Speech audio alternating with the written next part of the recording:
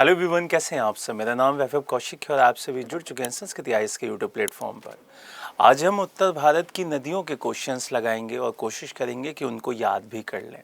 चलिए स्टार्ट करते हैं बिना कुछ देरी किए हुए। इससे पहले के जितने भी सेक्शन हैं आपने देख लिए होंगे, जितनी भी क्लासेस हो रखी हैं वो सारी आपने देख ली होंगी। आज का नॉर्थ इंडिया का जो सेगमेंट है उसको आपको लगाना है, वहाँ से क्वेश्चंस देखने हैं। चलिए अब स्टार्ट करते हैं अपने इस सेक्शन को। बहुत इंपॉर्टेंट सेक्शन है। क्योंकि यहाँ से क्वेश्चंस आते हैं।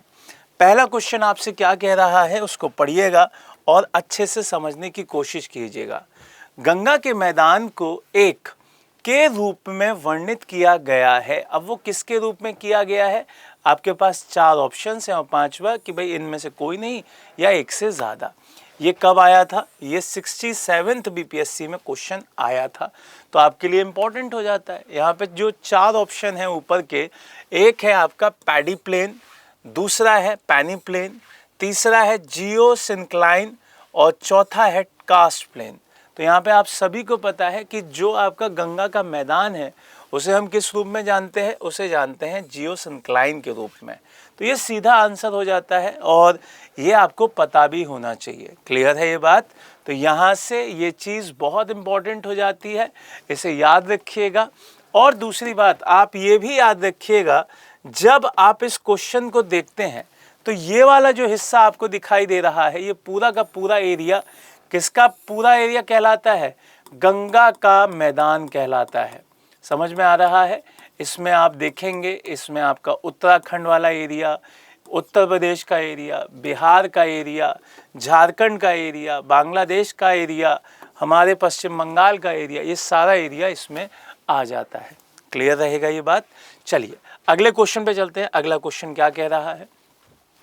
गंगा की जलोढ़ मृदा की गहराई भूमि सतह के नीचे लगभग कितनी है? बहुत ही अलग तरीके का सवाल है, जो बहुत डेप्थ में पढ़ा होगा वो इसका जवाब दे पाएगा। लेकिन अगर मैं यहाँ पे देखूँ तो थोड़ा सा अंदाज़ा आप लगा सकते हैं। 6000 मीटर, 600 मीटर, 800 मीटर और 100 मीटर।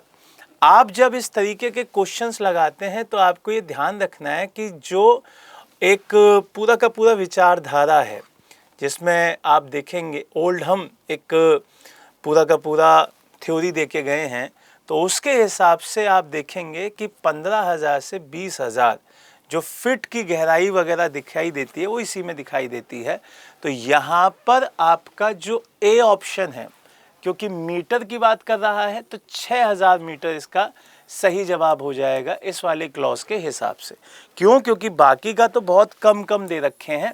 अगर हम फिट के हिसाब से देखते हैं तो 15,000 से यहाँ पे किस स्लॉट के बीच में रखेंगे? 20,000 फिट के बीच में रखेंगे। क्लियर हुआ ये बात? तो ये आपको ध्यान रखनी है, ए ऑप्शन इसका सही जवाब होगा। या आप ये देख रहे हैं, ये पूरा का पूरा स्लॉट आपका हो जाएगा। आगे बढ़ते हैं। निम्नलिखित में से कौन सा अलकनंदा और भागीरथी के संगम पे है? जब हम नदियों को पढ़ रहे होते हैं और स्पेशली गंगा को पढ़ रहे होते हैं तो यहाँ से प्रयाग पूछे जाते हैं। और जब प्रयाग पढ़ रहे होते हैं तो आपके पास ये एक चार्ट पेपर है जो आपको पता होना चाहिए कि भाई आपके ये सारे के सारे प्रयाग हैं। लेकिन इसको अगर मैं इस तरीके से बनाऊं कि ये भागीरथी है, ये अलकनंदा है और ये दोनों मिलती हैं तो ये गंगा हो जाती हैं, तो ये दोनों मिलती हैं तो ये गंगा हो जाती हैं। लेकिन इसके मिलने से पहले ये पूरा का पूरा क्लॉज आपको थोड़ा ध्यान रखना है कि अलकनंदा पे आपको 3 नदियां इस डायरेक्शन से आती हुई दिख रही होंगी और एक नदी आपको इधर से आती हुई दिख रही होगी। तो इसी के प्रयाग का पूरा स्लॉट जोड़ते हैं। तो यहाँ पे भागीरथी बनाइए, इधर आपका अलकनंदा बनाइए। पहली नदी आके मिलती है धौली गंगा, जिसे हम यहाँ पे प्रयाग कौन सा कह देते हैं? विष्णु प्रयाग। फिर आती है यहाँ से नंदाकिनी, तो इसे कहते हैं नंद प्रयाग। फिर आती है आपकी पिंडार गंगा, इसी को पिंडारी भी बोलते हैं, और यहाँ पे हो जाता है कर्ण प्रयाग।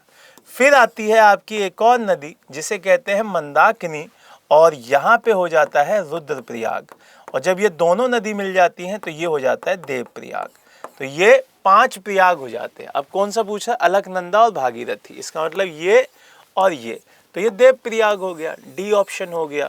यहाँ पे यही मैप में यहाँ दिखा रहा था कि भाई जब आप देखते हैं गंगोत्री वाला जो हिस्सा है वो भागीरथी सीधे सीधे देवप्रयाग पे आके मिलती है, रुद्रप्रयाग पे आपको मंदाकिनी, इसी के किनारे पे आपका केदारनाथ दिखाई देता है, और बद्रीनाथ आपको अलकनंदा पे, यहाँ पे धौली गंगा विष्णुप्रयाग, यहाँ पे और आगे आइए नंदाकिनी तो नंदप्रयाग, यहाँ पे और आइए पिंडार गंगा जिसे कर्णप्रयाग, और ये आपका चौथा रुद्रप्रयाग। क्लियर है? स्क्रीनशॉट लेना चाहे ले सकते हैं, मैं साइड में हो जाता हूँ। चलिए अगला, अलकनंदा और भागीरथी कहाँ मिलकर गंगा बनाती हैं? अब तो ये याद हो चुका होगा देवप्रयाग पर, अब इसमें दोबारा से बताने की ज़रूरत नहीं है। और यहाँ पे एक चीज़ याद रखिएगा, यहाँ पे इस तरीके के दो पानी की बॉडीज़ दिखाई देती हैं। एक बात याद रखिए, अलकनंदा पे बद्रीनाथ मंदिर है, और यहाँ पे जब आप देखते हैं भागीरथी वाले पे, यहाँ गंगोत्री वाला हिस्सा दिखाई देता है, और अगर हम यहाँ पे एक नदी और आके मिलती है अलकनंदा में ही, जिसका नाम क्या है? मंदाकिनी। वहाँ पे मंदिर दिखाई देता है किसका? भोलेनाथ का, केदारनाथ। ये याद रखिएगा, मंदिरों का नाम याद रखिएगा।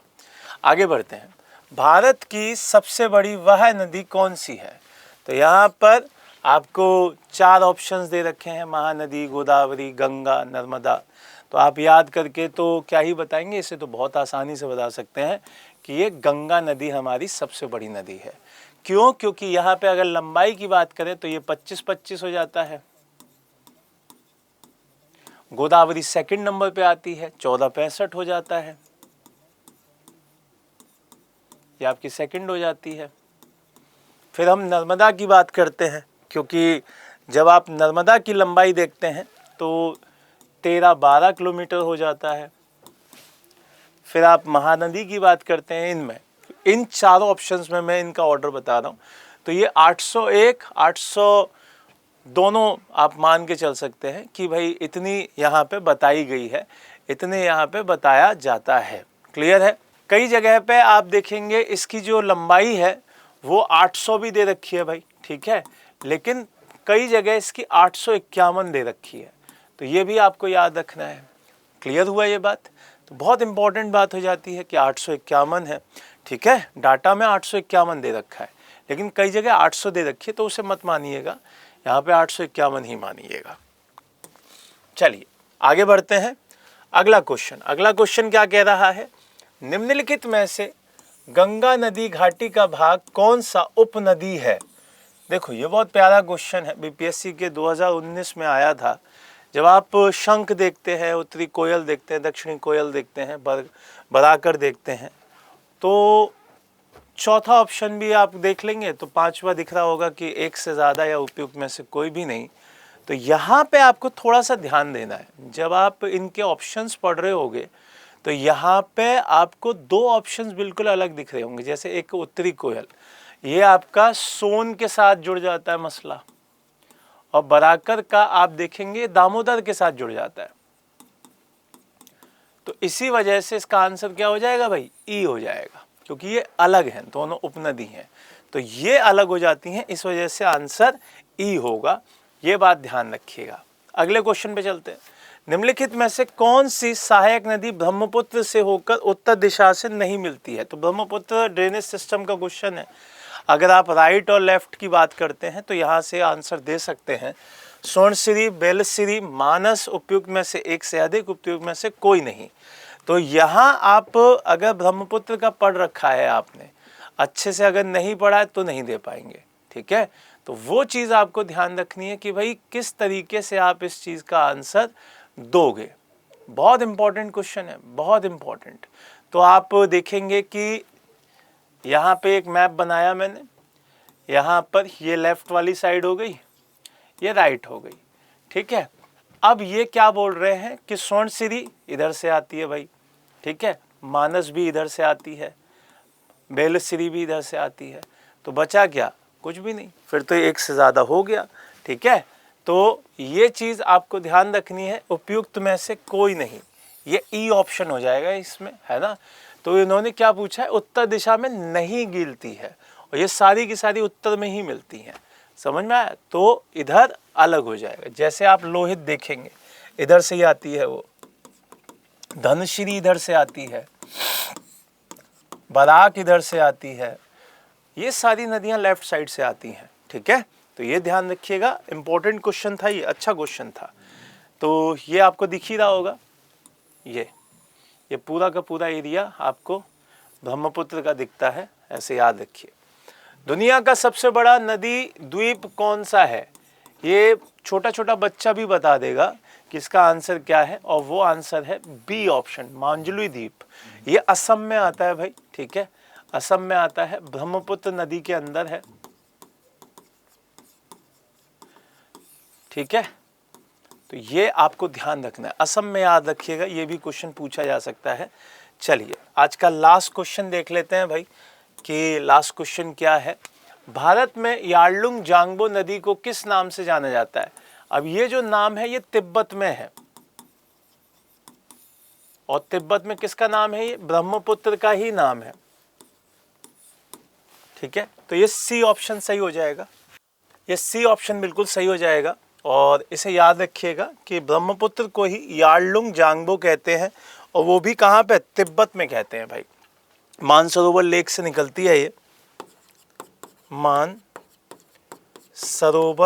झील से निकलती है। इस बात का ध्यान रखना है, चीज़ों को याद रखना है। अब मैं आप लोगों के लिए एक क्वेश्चन छोड़ के जा रहा हूँ होमवर्क के लिए। क्वेश्चन है, तिब्बत में मानसरोवर झील के पास जिस नदी का स्रोत है वो कौन सी है? ठीक है, ब्रह्मपुत्र, सतलुज, सिंधु, उपयुक्त सभी। कमेंट में इसका आंसर ज़रूर दीजिएगा। उम्मीद है कि आप अच्छे से ये क्वेश्चंस लगाएंगे और चीज़ों को याद करेंगे। क्लियर है? बिहार में बहुत आसान तरीके से क्वेश्चन पूछे जाते हैं, बस घुमा देता है वो थोड़ा सा क्वेश्चन, तो परेशान नहीं होना है, बस पढ़ना है। ठीक है, तो आज के लिए thank you so much, bye bye, take care, God bless, Jai Hind, जय भारत।